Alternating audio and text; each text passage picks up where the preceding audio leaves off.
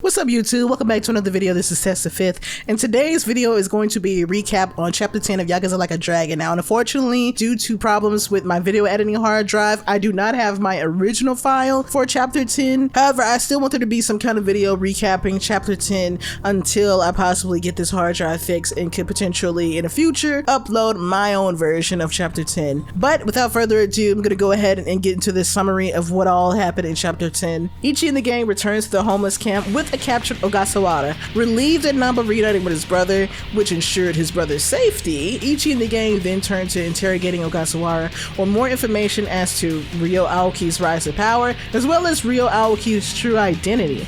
Ogasawara is aware that Aoki is indeed the Arakawa family heir, Masato, and discloses how he came to befriend Masato in America during college. As Masato founded Bleach Japan with Ogasawara as his left-hand man, we find out that Masato's true goal has been power, but not just any kind of power. Masato's plans from the get-go was to obtain this particular kind of power through embarking onto the world of politics. Seeking the highest share of power in Japan, Aoki opted to become the governor of Tokyo instead of prime minister, guaranteeing not only did he have an immense supply of money backing him, but as well as the votes of millions of people. Of course, when you're the son of a Yakuza boss, using dirty tactics is not excluded, as Masato uses his ties with the Arakawa family to dig up dirt on his political rivals, enact the Kamurocho 3K plan to exterminate the Tojo clan, and provides the Tokyo PD commissioner with bribes to allow the Omi Alliance to swoop in and take over Kamurocho while looking the other way. Setting his sights on the Prime Minister Yutaka Ogikubo, who is one of the politicians that refuses to bend to Aoki. We also find out that Aoki is the mastermind behind uncovering the Ijin 3's counterfeit operation in order to tarnish Ogikubo's reputation, destroy the wall built by the cooperation of the Ijin 3 and Ogikubo as well, in order to plant the Omi Alliance into power in Ijincho. Now, unfortunately, our interrogation is interrupted by members of Bleach Japan arriving at the homeless park to rescue Ogasawara, and despite them getting their butts whooped, they do succeed in running off with him. Soon after, Song Kui informs Ichi and the gang that Chao's in trouble, which prompts us to go to Restaurant Row and run into Jang for the third time in a row. You gotta love this overgrown cue ball. After taking him down yet again, Jang reveals Mabuchi is holding Zhao prisoner inside of Qingjin, which is a restaurant that serves as Liu Mang's hideout. It goes without saying that Qingjin is this chapter's dungeon level. The enemies in this dungeon, however, just your typical Liu Mang underlings until you face a man-eating tiger.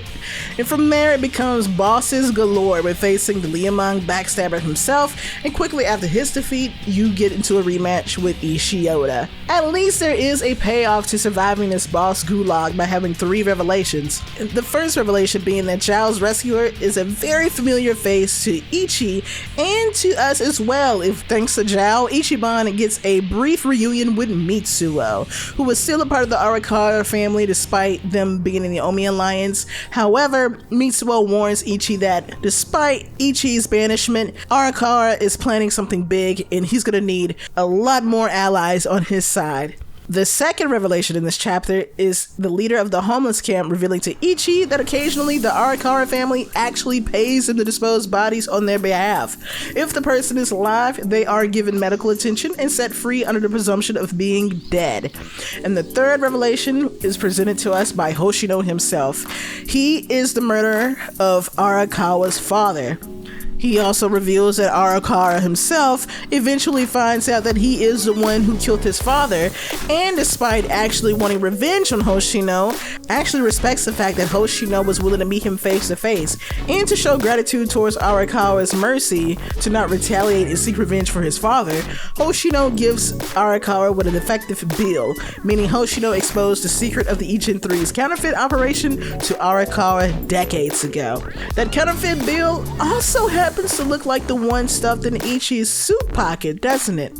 Which leaves this chapter on the note of there's no such thing as a coincidence. That's going to briefly recap chapter 10. Thank you all so much for watching, and make sure to be on the lookout for chapter 11 of Yakuza Like a Dragon.